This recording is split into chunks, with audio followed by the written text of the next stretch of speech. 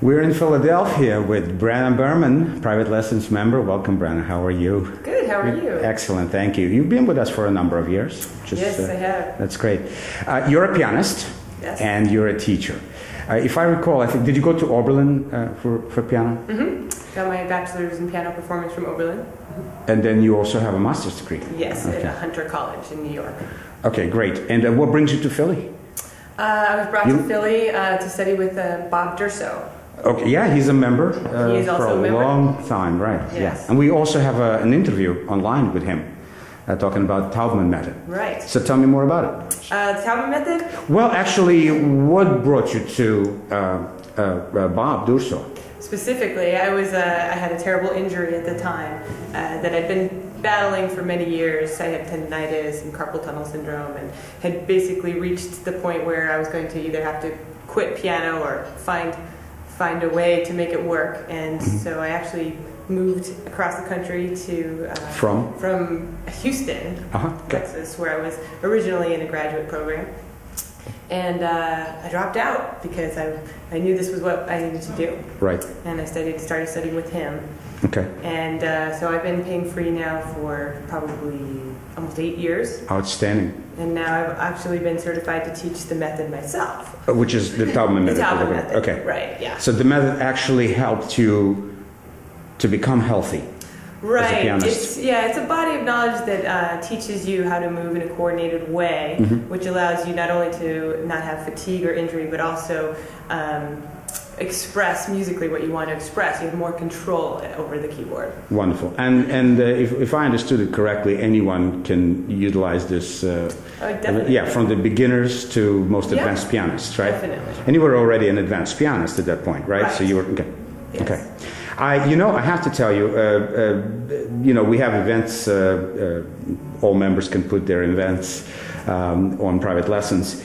And one day I noticed that there was like several people playing in Carnegie Hall of our members. And you were among those people that did. Was it your debut at Carnegie? It was, yes. So that's how you get to Carnegie. That's how I get to Carnegie, yeah. You play well and you got it. So that's exciting.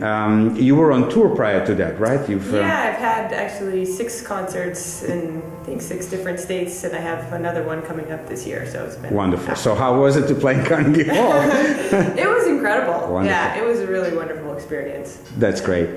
You're one of those teachers that really does a lot of performing, and you make it a point to do both. Yes. To teach and to perform. So how important is it to you? I know you're doing it, but I'm still going to ask you what is the balance that you strike, and what does it do to you creatively in every, It's extremely important for me to do both. I really, really love performing, absolutely love it, and I really love teaching too. So in terms of your basic, as a performer, and then you go back and you teach, and then you learn something through teaching, I assume, is that impact your playing as well? What is the process? It's very interesting, actually. They feed off of each other. I learned through performing something that I can give to the students, definitely, especially with those who perform, and through their performing I learn about my performance, and through my teaching I learn about my own playing, and I think they help each other. Okay, that's great. I just want to say that I just came back from Denver, where I met your mother, who is also a private lessons member, right? Yes. So this is great.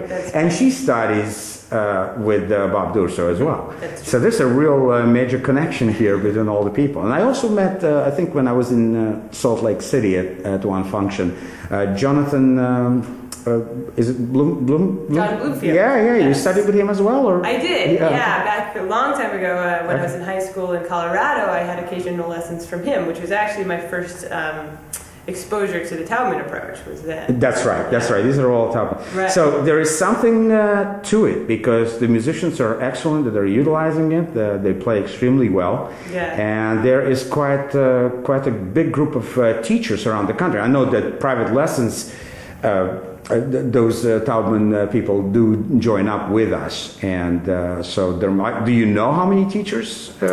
I don't know the number. That are licensed? That are licensed to teach? Yeah, certified. Yeah. There's actually not that many. my guess would be about 15 certified instructors and about 12 faculty members, so maybe 30.